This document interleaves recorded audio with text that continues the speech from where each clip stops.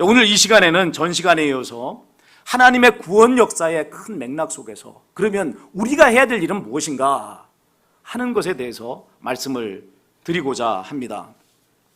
하나님께서 인류의 타락을 허용하신 데는 두 가지 이유가 있었다, 이런 말씀을 드렸습니다. 첫 번째 이유는 하나님을 떠난 인생의 결국은 멸망이라는 것을 깨닫게 해주시기 위해서 그런 것이죠. 그리고 두 번째는 하나님과 연합한 삶이 얼마나 복된 것인가를 또 알게 해주시기 위해서 그런 것입니다. 자, 이것의 가장 적확한 비유가 본문에 나오는 탕자의 비유예요. 어떤 사람에게 두 아들이 있었습니다. 어느 날 둘째 아들이 아버지에게 나와서 말을 합니다. 아버지요, 재산 중에서 내게 돌아올 분깃을 주십시오. 둘째 아들이 아버지에게 재산을 달라고 하는 것은 무엇 때문일까요? 아버지의 집을 떠나서 자기가 원하는 인생을 마음껏 한번 펼치며 살아보겠다는 것입니다. 그런 이유 때문에 이 둘째 아들은 아버지에게 재산을 달라고 요구를 하고 있는 것입니다. 자, 이것을 두고 어떤 이들은 어떻게 해석을 하느냐면 이 둘째 아들에게 이 도전 정신에 박수를 쳐야 된다, 이렇게 말을 합니다.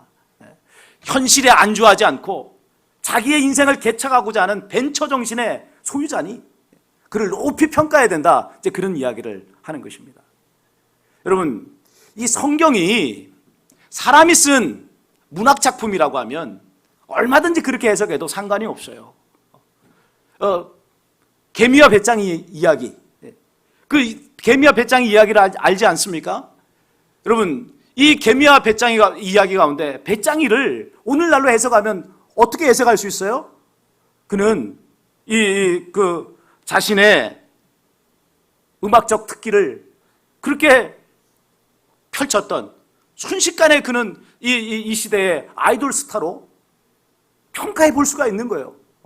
그 시대는 그렇게 해서 굶어 죽었는지 모르지만 지금 이 시대는 노래 부르고 TV에 나오고 얼마나 잘 나갑니까? 그렇게 얼마든지 해석할 수가 있어요. 그러나 여러분, 성경은 그렇게 해석해서는 안 됩니다. 왜 그래요? 성경이 쓰여졌던 그 시대의 사람들이 가졌던 문화가 무엇인가를 알아야 되는 거죠. 그 시대에 그런 행동을 하면 어떻게 평가받았는지를 알아야 되는 것이고, 거기에 담겨져 있는 메시지를 바르게 깨달아서 오늘 현실에 우리에게 적용을 해야 되는 것이 성경 해석의 바른 방법인 것입니다. 당시 유대인의 시각으로 볼 때 둘째 아들은 그야말로 불효자식 가운데 불효자식이었어요. 그를 아들로 여길 만한 여지가 없는 자였어요.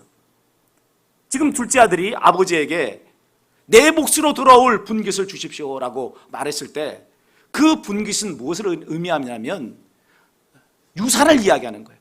아버지가 돌아가시고 난 다음에 자기 몫으로 돌아올 유산, 그런 유산을 당연한 자기 몫으로 여기면서 아버지에게 달라고 하는 것은 아버지를 죽은 자로 취급하고 있다는 사실입니다. 아버지의 권위를 매우 존중했던 유대인들에게 이런 둘째 아들은 어떤 자식이었냐면 폐륜합니다.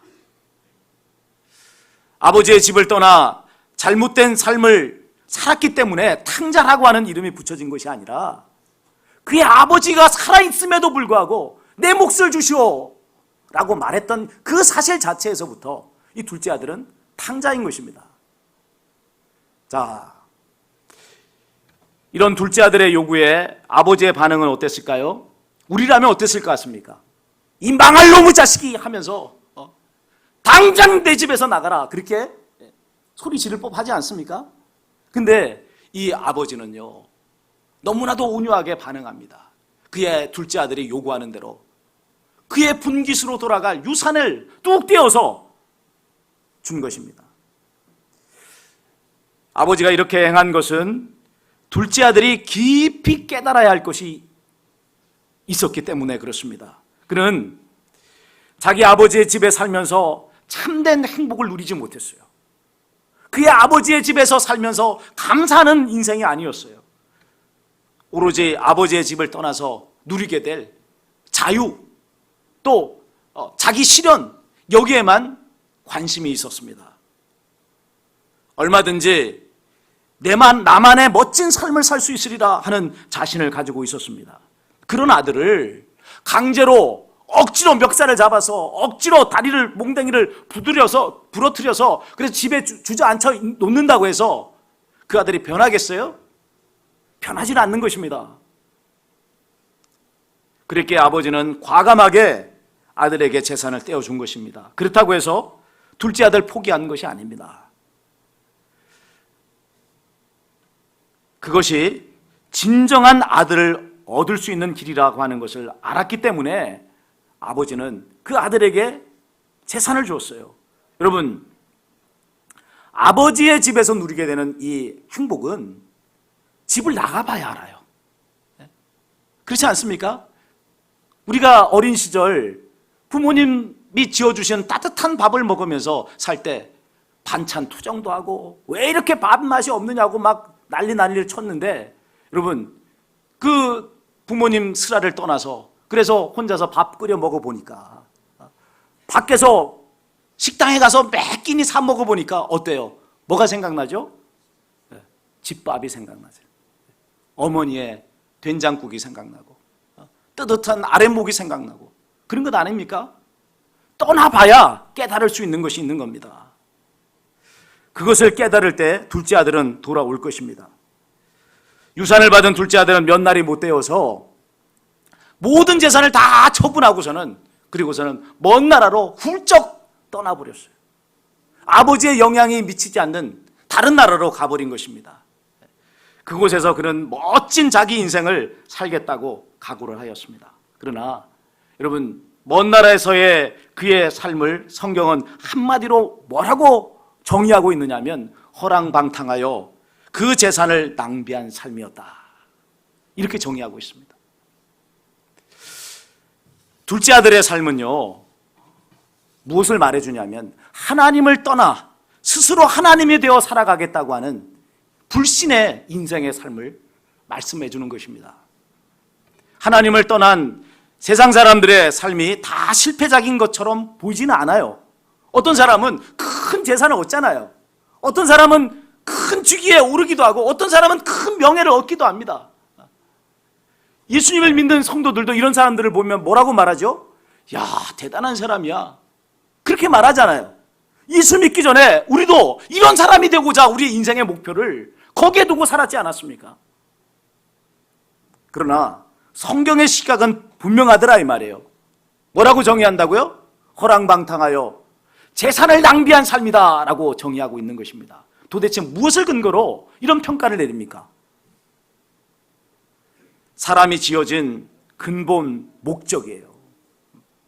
여러분, 하나님께서 사람을 지으신 목적이 무엇 때문이죠? 돈 벌며 살라고, 높은 직위 얻으라고, 큰 명예 얻으라고 여러분 사람을 지은 겁니까? 하나님께서 사람을 지으신 궁극적인 목적은 하나님의 영광을 위해서 사는 것입니다. 그래서 이 하나님의 영광을 위해서 살라고 누구보다도 영화로운 존재로 만들어 주셨고 필요한 모든 것들을 하나님께서는 공급해 주셨다 이 말입니다. 그러나 뱀의 독이 든 유혹을 받은 후에 아담과 하와는 변화되었어요. 하나님의 영광을 추구하는 삶을 사는 자가 아니라 내 영광을 위해서 살아야겠다, 그런 자로 바뀌어지고 말았습니다. 그래서 어떻게 했죠? 하나님께서 따먹지 말라고 하는 선악과를 따먹어 버렸어요. 더 이상 하나님이 그들에게는 필요 없는 거예요. 내가 하나님이 되어서 살겠다는데 왜 하나님의 다스림을 받겠느냐? 그래서 그들은 선악과를 따먹어 버렸습니다. 행복해졌습니까? 그들이 원했던 자유 얻었습니까? 전혀 그렇지 않았습니다. 불행의 구덩이로 떨어지고 말았습니다. 사탄의 종이 되었고요, 지옥의 멸망이라는 이 운명에서 벗어나지 못하는 비극적인 존재가 되고 말았습니다. 아버지의 집을 떠나 먼 나라로 가서 살았던 둘째 아들의 삶의 결국이 이러하였다는 거예요. 그는 그 나라에서 모든 것을 탕진했고 흉년이 들자 이제 돼지치기가 되고 말았습니다. 돼지치기. 여러분, 유대인은요 많은 짐승들 가운데 돼지를 가장 부정한 존재로 여겨요. 돼지고기를 절대로 먹지 않습니다. 그런데 이 유대인의 아들, 둘째 아들이 돼지치기가 됐다는 건 뭘 의미하죠? 인생의 밑바닥으로 떨어졌다는 거예요. 인생의 밑바닥을 막장에 간다 이런 이야기를 하지 않습니까? 막장. 모든 것을 할 수 있는 여지가 없어지면 탄광에 가는 거예요. 막장에 가서 탄을 캐는 삶을 사는 거예요. 너무나도 기가 막힌 인생이 된다 이 말이에요. 지금 이 유대인에게 있어서 돼지치기는 인생 막장이에요. 막장. 여기서 뭐 더 떨어질 게 있어요? 근데 여러분, 더 떨어질 것들이 있더란 말이에요. 어떤 상황이 벌어집니까? 흉년이 찾아오니까 여러분, 돼지가 먹는 쥐염 열매로도 배를 채우지 못하여 굶어 죽을 상황이 되고 말았다는 거예요. 뭐죠? 돼지보다도 못한 인생. 너무나 비참해져 버린 인생.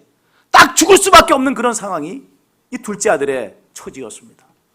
이 상황에 떨어지니까 이 둘째 아들이 자기 아버지의 집을 떠올리는 것입니다. 내 아버지에게는 양식이 풍족한 품꾼이 얼마나 많은가. 나는 여기서 줄여 죽는구나. 무엇을 깨달았죠? 아버지 집에서의 행복을 깨달았습니다. 아버지의 집에 있을 때 그는요, 자신이 누리는 행복에 대해서 감사하지 않았어요. 그건 당연한 것이죠. 아니, 내가 이 집의 아들이니 당연히 마음껏 양식 먹는 거고, 마음껏 종을 부리는 거고, 마음껏 좋은 옷 입는 거고, 내가 원하는 대로 사는 거지. 이게 그 아들의 생각이었단 말이에요. 아들이라고 하는 신분, 아버지의 사랑, 풍족한 양식, 그것은 있어도 그만, 없어도 그만인 것처럼 보였습니다. 도리어 아버지의 집에서 살면서 자기 마음대로 살 수 없다는 것이 불만이었습니다. 그래서 어떤 생각을 가진 거예요? 아버지의 집을 떠나자. 아버지 없이 살자. 그런 생각을 하였습니다. 돌아보면 그것이 뭐죠? 어리석은 생각이었단 말이에요. 아버지 없으면 행복하겠다 하는 이 삶의 현실은 뭡니까? 아버지 없는 고아의 삶이었다 이 말이에요. 아버지 없는 고아의 삶을 그는 동경하면서 그렇게 살면, 고아로 살면 행복하겠다 착각한 것 아닙니까? 모든 것을 다 잃고 죽을 상황에 돼서야 둘째 아들은 자신이 얼마나 어리석은 선택을 했는가 하는 것을 깨달았습니다. 자, 바른 현실에 대한 자각은요, 바른 분별력을 가져다 줍니다. 둘째 아들은 자신의 어리석음을 깨닫게 되자 무엇을 해야 될지를 알게 됐어요. 어떻게 하면 살죠? 사는 길이 어떻게 하면 사는 거예요? 아버지의 집으로 돌아가는 거예요. 돌아가서 아버지께 회개하고 자신을 품꾼의 하나로 받아주소서 하고 간청하리라 작정합니다. 왜 아들로 받아달라고 말하지 않습니까? 왜 품꾼의 하나로 받아달라고 그렇게 요청하겠다는 겁니까? 자기가 아버지께 주신 분깃을 가지고 집을 떠나올 때 그는 이미 아들이기를 포기한 사람이었습니다.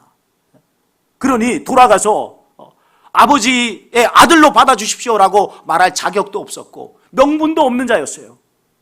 아버지가 받아주실지 받아주시지 않을지도 순전히 아버지에게 달려있는 일이었습니다. 자, 그런데 이 둘째 아들이 집으로 돌아왔을 때 상상치도 못한 일이 벌어졌습니다. 먼 나라에서 돼지를 치다가 피골이 상접해서 상거지가 돼서 돌아오는 이 아들, 누가 알아보겠어요? 알아볼 수 있는 사람이 없습니다. 그런데 성경은요, 뭐라고 기록하고 있느냐면 아직 거리가 먼데. 무슨 이야기예요? 그 아들이 어떻게 생겼는지 사람들이 분간하지 못할 만큼 먼 거리였다는 거예요. 근데 그때 아직 거리가 먼데 아버지가 그 사람이 자기의 둘째 아들이라는 것을 알아봤다는 겁니다. 그리고 그 아들을 향해서 다른박질을 치는 거예요. 아들이 쭈뼛거리면서 어찌할지 모를 때 아버지가 달려갑니다. 유대 나라에서는 여러분, 직위가 있는 어른이요, 뛰는 것은 상스러운 일이에요. 우리나라도 그렇지 않습니까? 이 군자는 대로행이라 해서 여러분 좀 뭔가 좀 자기가 직위가 있다, 자기가 뭔가 있다는 생각 사는 사람은 근엄하게 그냥 폼도 이렇게 해가지고 막 그냥 막 이렇게 걷잖아요. 유대인도 마찬가지였어요. 뛰는 것은 직위가 낮은 사람들이 하는 일이었어요. 나이가 어린 사람, 경망스러운 사람들이 하는 일이었어요. 나이가 들고 직위가 있으면요 절대 뛰지 않습니다. 근데 지금 이 아버지는 어때요? 이 아버지는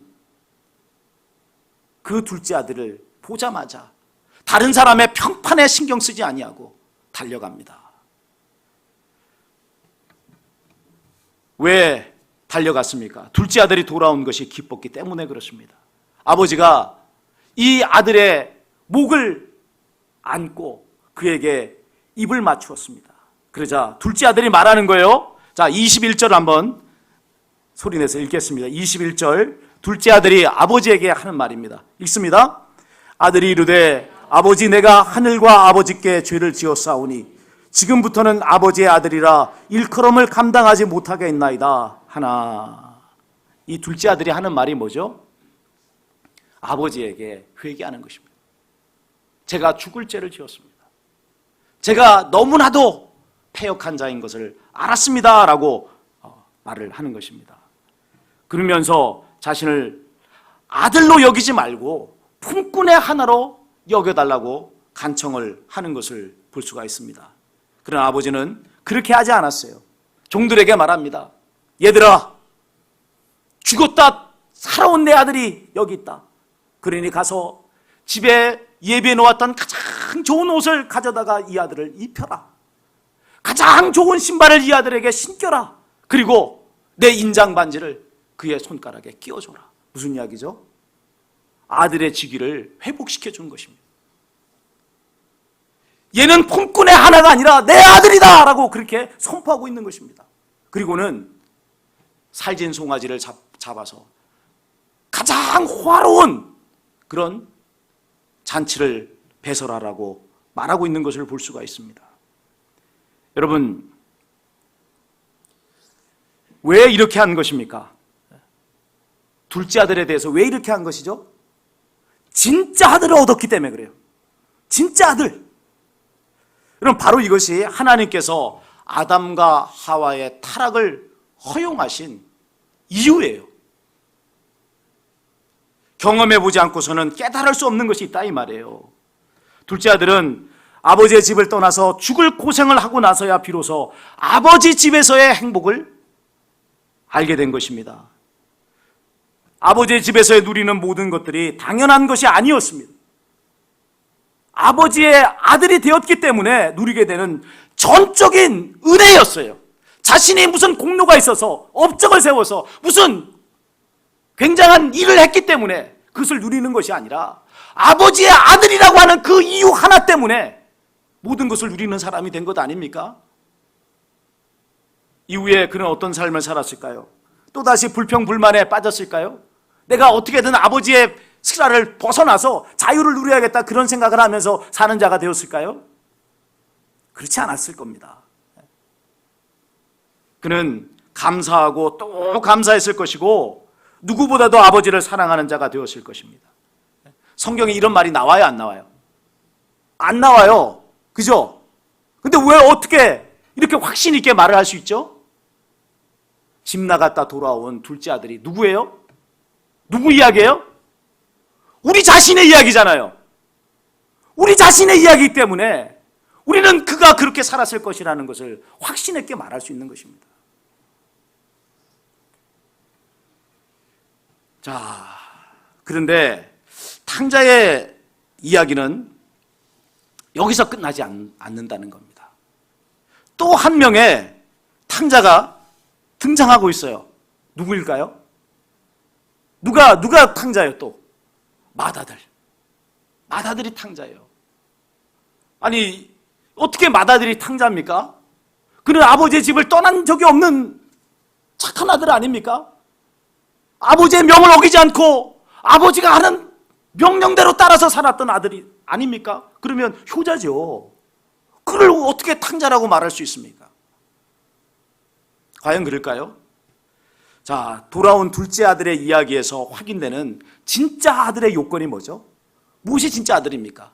집에서 있다고 해서 그게 진짜 아들이 아니잖아요. 예? 그냥 시키는 거 한다고 해서 그게 진짜 아들이 아니잖아요.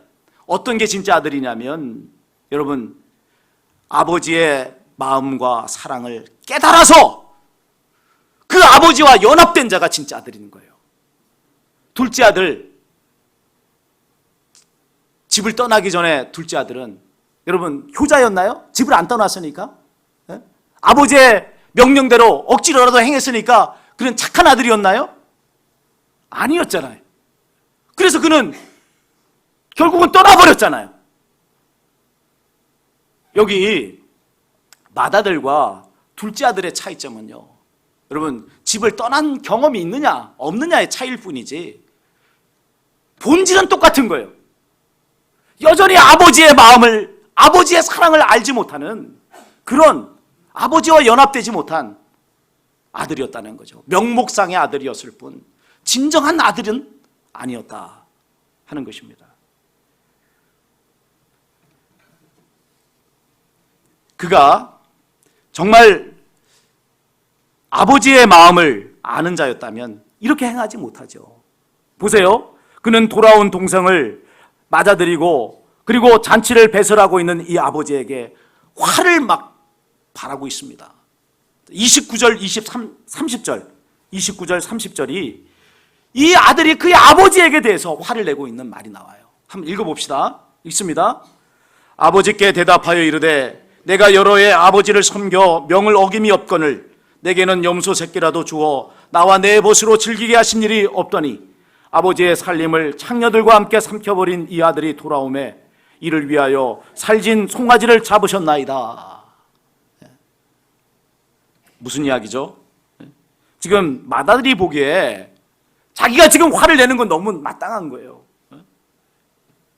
어떻게 아버지가 아버지를 아버지로 여기지도 않고 떠나버린 그 자식이 돌아왔다고 해서 무슨 중심도 없이 줏대도 없이 다시 그 아들을 받아들이냐는 거예요. 그 아들을 위해서, 자기를 위해서는 그렇게 집에 머물면서 아버지의 명령대로 일을 했는데 염소 새끼 한 마리 주어서 잔치를 배설하지 않더니만 그 모든 재산 다 탕진하고 돌아온 아들을 위해서는 송아지까지 잡느냐고. 이게 아버지 하실 일이냐고. 이걸 아버지 제가 인정할 수 있겠느냐고. 지금 그는 화를 내고 있는 것 아닙니까? 여러분, 지금 맏아들이 이렇게 화를 내고 있는 것은요, 자기가 의롭다고 생각하기 때문에 그런 거예요. 나는 의로워요. 나는 똑바로 살았어요. 그러나 여러분, 이 아들은 설령 똑바로 살았는지는 모르지만 아버지의 마음은 모르는 아들이었어요. 아버지의 마음을 몰랐어요. 거리가 아직 먼데 아버지가 이 상거지의 모습으로 돌아온 둘째 아들을 알아볼 수 있었던 것은 무엇 때문이죠? 언제나 이 둘째 아들이 언제 돌아올 것인가 하는 것에 관심을 쏟으며 그 동고받기를 바라봤기 때문에 그런 거예요. 맏아들은 이런 아버지의 마음을 몰랐단 말이에요. 왜 아버지가 밤마다 대문을 걸어 잠그지 말라고 그렇게 명령했는지, 왜 잔치를 베풀어도 그렇게 맛있는 음식을 배설해 놓고서도 그것을 제대로 먹지 못하고 크게 웃지 못하고 사셨는지, 왜 먼 동구방만 자꾸만 바라보는 그런 습관이 생겼는지 이 아들은 알지 못했단 말이에요. 왜 알지 못했을까요? 아버지의 마음에 일체 관심이 없었어요. 그가 만일 아버지의 마음을 아는 아들이었다면 어땠을까요? 아버지가 돌아온 동생을 위해서 잔치를 배설했다는 말을 듣는 순간 이 맏아들은요, 집으로 뛰어들어갔어야 되는 거예요. 맞아요. 그리고 돌아온 그 자기 동생을 얼싸안고 야, 이놈의 자식아 왜 이제 왔느냐고 그렇게 환영하며 그렇게 기뻐하는 모습을 보여야 되는 게 맞지 않습니까? 그런 맏아들의 모습을 보고 아버지는 얼마나 행복했겠어요. 아니, 그가 진정으로 아버지의 마음을 아는 자식이었다면 그 전에 또 다른 일을 했었을 것입니다. 어떤 일을 했을까요? 먼 나라에 가버려서 오지 않는 동생 내버려뒀겠어요? 아버지가 밤잠을 못 주무시는데 아버지가 동구방만 맨날 바라보면서 넋을 잃고 있는데 그런 아버지의 마음을 아는 아들이라고 하면 여러분 자기 일만 똑바로 살았다고 그렇게 의롭게 나는 의로운데 왜 아버지 이런 자식을 받아들이냐고 말하지 못할 것 아닙니까? 그런 아버지의 마음을 아는 자식이라면 어떻게 하겠어요? 먼 나라로 가야 되는 게 맞잖아요. 가서 거기서 호랑방탕하게 재산을 탕진하고 있는 이 둘째도 이 동생의 멱살을 끌어서라도 이놈의 새끼야 하고 끌어와야 되는 게 맞는 거 아니겠어요? 그게 아버지의 마음을 아는 아들의 모습인 것이죠. 그런 안타깝게도 본문에 등장하는 맏아들은 아버지의 마음을 아는 아들이 아니었습니다. 이번에는 그가 집에 들어가지 않겠다고 떼를 씁니다.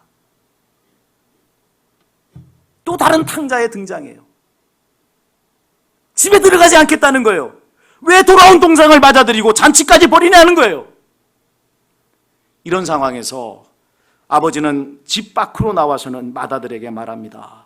예, 너는 항상 나와 함께 있으니 내 것이 다 내 것이로되 이 내 동생은 죽었다가 살아났으며 내가 잃었다가 얻었기로 우리가 즐거워하고 기뻐하는 것이 마땅하지 않느냐.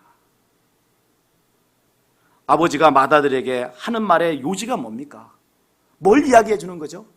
야 이놈의 새끼야, 왜 그렇게 아버지의 마음을 좀 몰라주니? 좀 아버지의 마음을 아는 아들이 되면 안 되겠니? 그런 이야기 아닙니까? 사랑하는 여러분, 하나님께서 우리를 하나님의 자녀로 먼저 부르신 것은 우리만 천국 가라고 부르신 것이 아닙니다. 권능받은 주의 증인이 돼서 아직 돌아오지 않는 집 나간 동생을 데려오게 하기 위해서 우리를 먼저 부르신 거예요. 우리가 진정으로 하나님의 자녀들이라고 하면, 하나님의 마음을 아는 그분과 연합된 진정한 자녀라고 하면 우리가 해야 될 일이 분명합니다. 잃어버린 영혼들을 아버지께로 인도하는 것입니다. 우리 교회에서는 해마다 6월이 되면 구역 리바이벌을 합니다. 구역 리바이벌 무엇 때문에 하는 거죠? 잃어버린 영혼 찾자는 거예요. 어느 교회 이야기를 들어보니까 남녀 전도회라든지 구역에서 하는 1년에 제일 큰 행사가 복날 게 잡아먹는 거래요. 그리고 야유회 가는 거래요. 물론 전도회라든지 또는 구역에서 그런 친교 행사 해야죠. 하지 말라는 것이 아닙니다. 그러나 여러분, 왜 하나님께서 교회에 그런 기관들을 세웠는지 그 목적을 놓쳐서는 안 되는 것 아닙니까? 무엇하라고 하나님께서 남녀 전도회를 세웠습니까? 전도회 뭐라고 세운 거예요? 영혼 인도하라고, 구원하라고 세운 것입니다. 구역 왜 세웠습니까? 그냥 구역원끼리 모여가지고 재미있게 놀라고 구역 세운 겁니까? 그 구역을 통해서 죽어가는 영혼들 살려내라고 여러분 그 구역을 세워놓은 것입니다. 집 나간 둘째 아들을 데려오라고 그런 조직이 있는 것입니다. 하나님께서 최고의 기도의 응답으로 성령을 주시겠다고 하신 것도 마찬가지예요.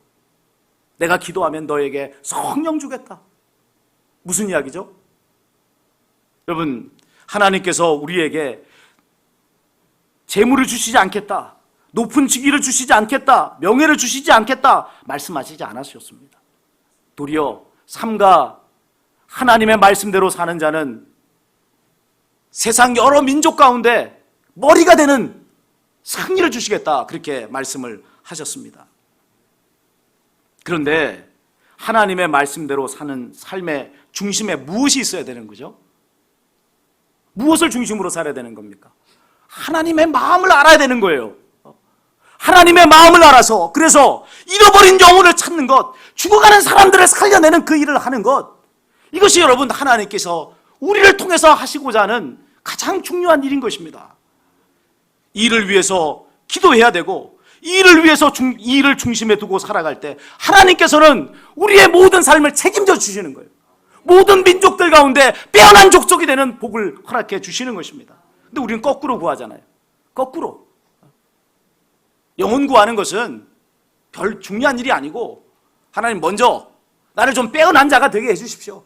부자 좀 삼아주시고 좀 출세하게 해주세요. 그것이 우리의 중심이고 그것이 우리의 여러분 기도의 제목 아닙니까? 이게 달라져야 되는 거예요. 지금 나에게 집 나간 동생은 누굽니까? 누가 집 나간 동생이죠? 남편일 수 있어요. 아내일 수 있습니다. 자녀가 집 나간 동생일 수 있고, 그리고 부모님이 그럴 수 있고, 내 형제자매와 친척과 친구들이 집 나간 동생일 수 있습니다. 하나님의 마음을 깊이 아는 자로서 그 동생을 집으로 인도하는 철든 하나님의 아들, 딸이 되시기를 바랍니다. 하나님께서 우리를 보시며 기쁨을 이기지 못하실 것입니다.